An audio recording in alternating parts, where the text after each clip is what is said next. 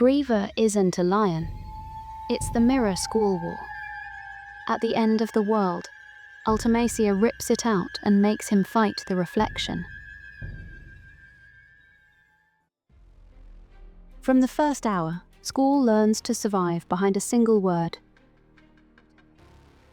Not apathy, armor. He's a kid engineered for utility and allergic to being seen. The silver lion on his chest looks like harmless style at a glance, but it hangs with the weight of a warning.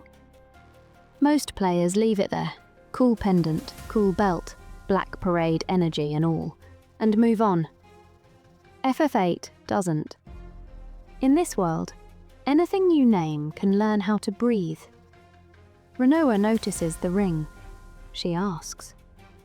The game does something rare. It pauses the plot and hands you authorship.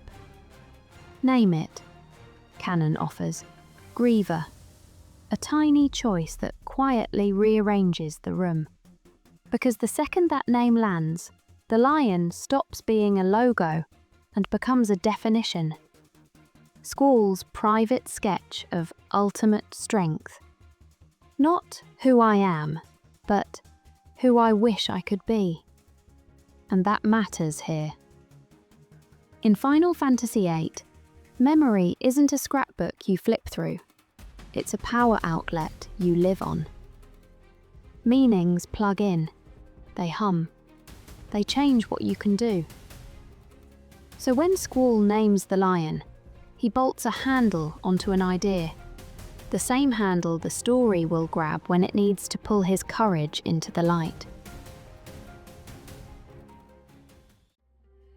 A symbol borrowed for courage returns as a claim of responsibility. Under live fire at Dolet, he keeps his head while others fray. In Delling, when plans dissolve into pageantry and blood, he still makes the hard calls. And when Balam Garden tears itself off the ground and turns into a drifting city, he wakes up with a whole academy's heartbeat riding his orders. He doesn't chase a scepter. He steps in when everyone else stalls. The pendant doesn't say, "I am a lion." It says, "I will have to be." The line he pretends not to read. Choose people. Inherit people. And inheritances hurt. FF8 never writes that in neon. It just keeps it in frame. So keep this in mind. GF live where your memories live, and they charge rent by sanding them down. That's not flavor text. It's the operating cost of junctions.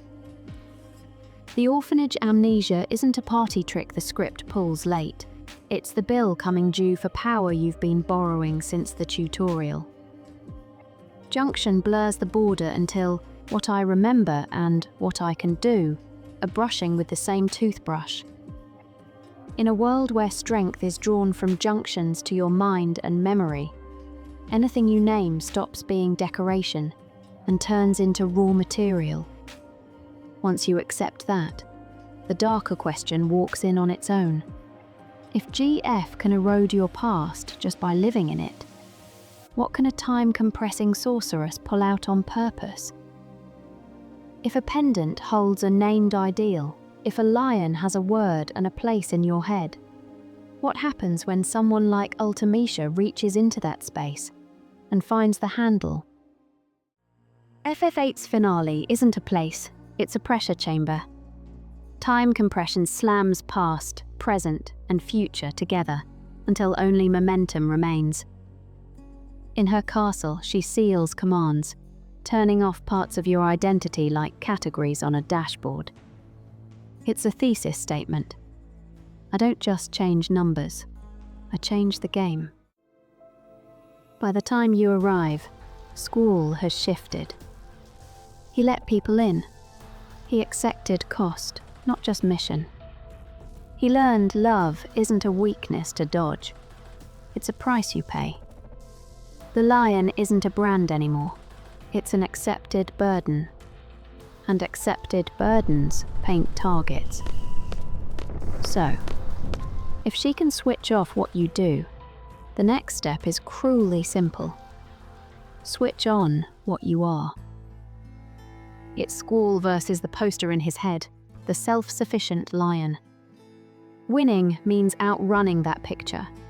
Strength isn't elegant solitude, it's choosing people and carrying them.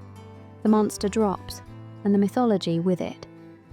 The pendant stays, the meaning doesn't. What began as a promise ends as a receipt. He doesn't become a lion, he becomes a leader. FF8's core, power without bond, is fantasy. With bond, it's responsibility, and the scars you learn to live inside.